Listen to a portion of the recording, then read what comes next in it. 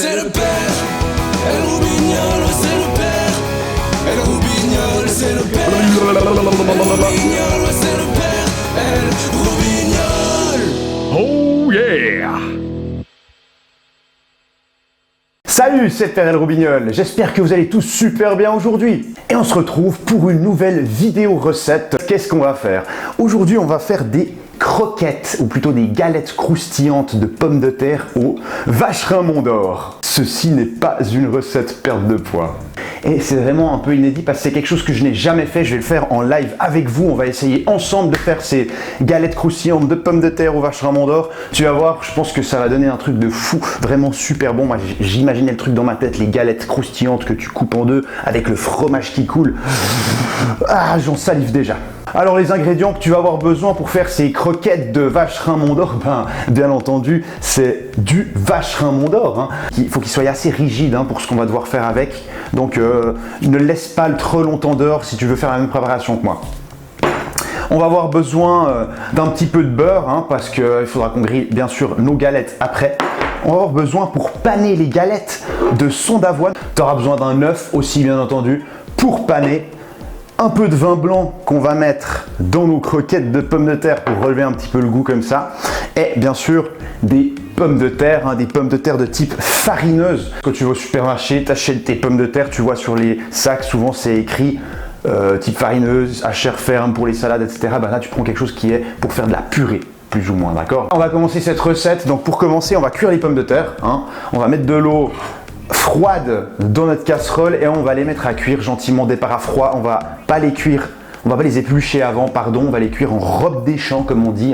Le fait de les cuire en robe des champs, ça va permettre aux pommes de terre de ne pas se gorger d'eau pendant la cuisson, tu vois, et puis vraiment de garder ce bon goût de pommes de terre, pas avec de la flotte dedans. Et bien entendu, on met toujours un petit peu de sel dans l'eau de cuisson pour déjà donner du goût. Et pendant que nos pommes de terre cuisent, on va pouvoir attaquer justement tout ce qui va servir à la préparation de nos galettes.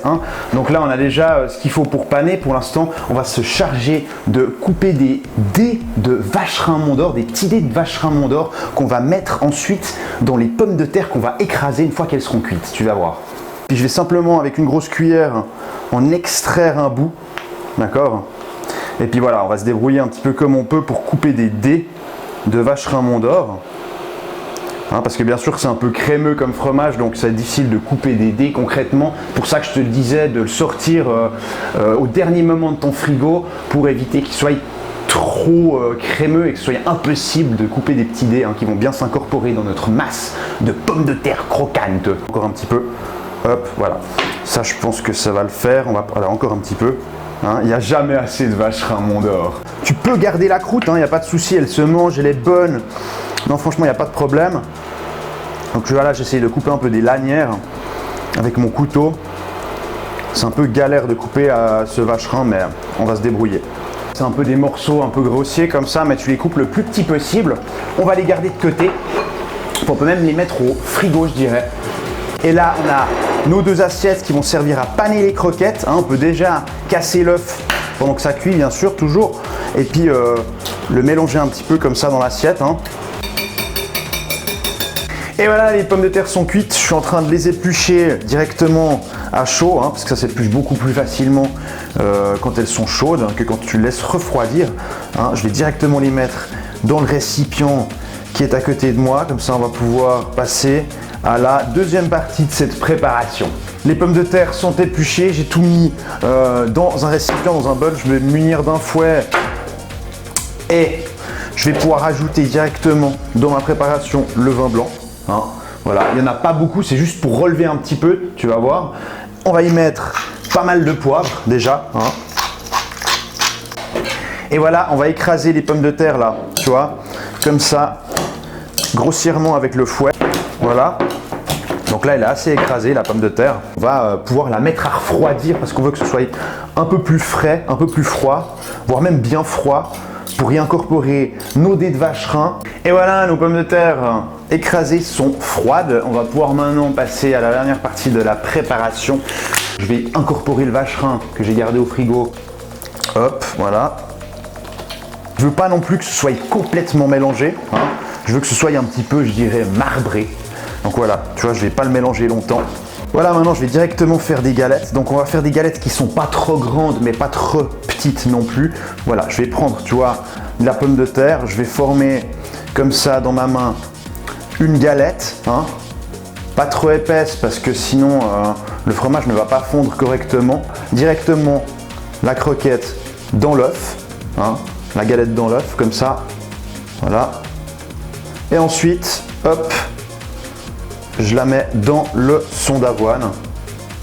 J'en fous un peu partout, mais c'est pas grave. On va mettre à fondre le beurre, on va en mettre pas mal, hein, parce que, comme je t'ai dit, c'est pas une recette perte de poids aujourd'hui. Ensuite, on va vraiment baisser la poêle, on va le laisser mousser comme ça le beurre. Une fois qu'il mousse bien, on va pouvoir y déposer nos galettes de pommes de terre, hein. On va pas les griller trop fort pour éviter de brûler le son d'avoine. Donc là, je me suis mis à mi-puissance. Donc voilà, là je vais prendre mes galettes. Donc elles sont assez délicates. On va les déposer, hop là, dans le beurre comme ça. On va voir ce que ça donne. J'espère que ça ne va pas louper. Allez, on va déjà retourner une fois nos galettes. Voilà, qui colore bien déjà. Ça a l'air de fonctionner. Je vais les retirer.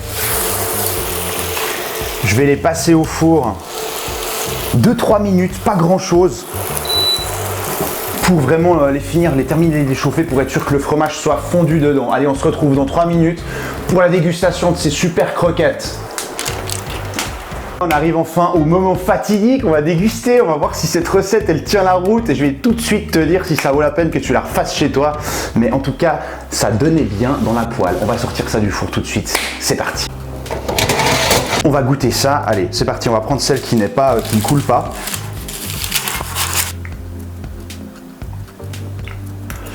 Enfin, c'est trop bon. Franchement, honnêtement, sincèrement, c'est cool!